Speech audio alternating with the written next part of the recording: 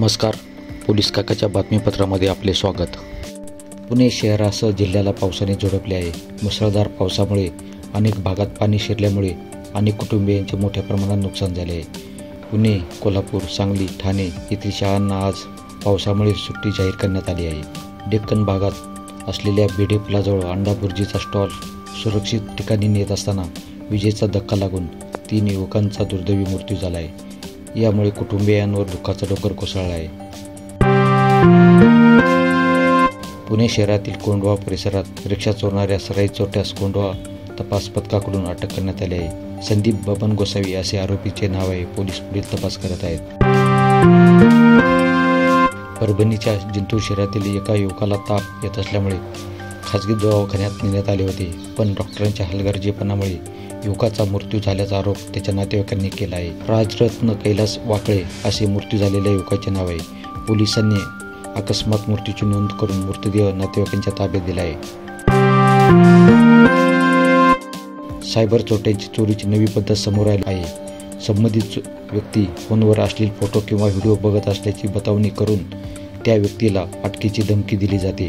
यानंतर त्याच्याकडून सर्व वैयक्तिक माहिती घेतली जाते। बँक अकाउंटशी संबंधित माहिती मिळून काही वेळातच अकाउंट खाली केले जात आहे। दिल्ली पोलिसांनी मालकाला लुटणाऱ्या एका युवकासह त्याच्या 3 मित्रांना ताब्यात घेतले आहे। त्याने चोरलेल्या 14.5 लाख रुपयांपैकी पोलिसांनी त्याच्याकडून 11.5 लाख रुपये जप्त केले आहेत। बहिणीच्या लग्नासाठी आणि वडिलांचे कर्ज फेडण्यासाठी चोरी केल्याचे त्याने तपासादरम्यान सांगितले। नागपूरमध्ये हिट अँड रनची पुन्हा एक घटना घडली आहे। एका महिलेने सुसाट कार चालवत 3 ते 4 जणांना उडवले आहे। जखमींना उपचारासाठी रुग्णालयात दाखल केले असून आरोपी कार चालक महिलेला पोलिसांनी चौकशीसाठी ताब्यात घेतले आहे।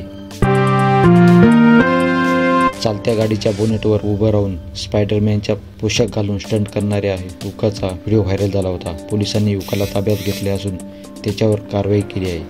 शिवाय 26,000 रुपयाचा दंड ठोठावला आहे। रीलसाठी त्याने हे कृत्य केल्याचे पोलिसांना सांगितले। एक युवक मैत्रिणीला इम्प्रेस करण्यासाठी तोतया DCP बनून फिरत होता। बाकरा पोलिसांनी तोतया DCPला अटक केली आहे। आरोपी निशांत याच्या ताब्यातून नेमप्लेट, पोलिसांची वर्दी, दुचाकी ताब्यात घेतली आहे। मैत्रिणीसाठी संबंधित कृत्य केल्याचे त्याने तपासादरम्यान पोलिसांना सांगितले।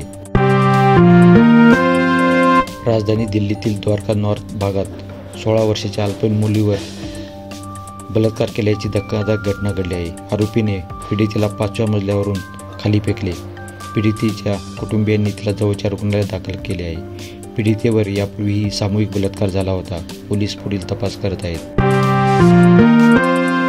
एका सेवानिवृत्त शिक्षकाने त्याच्या पत्नीची निर्घृण हत्या केली आहे।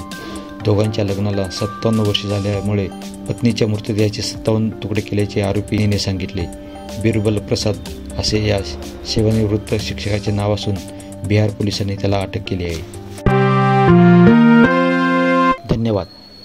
अधिक माहितीसाठी पोलीस काकाच्या वेबसाईटला जरूर भेट द्या आणि आमच्या YouTube चॅनेलला सबस्क्राईब करा।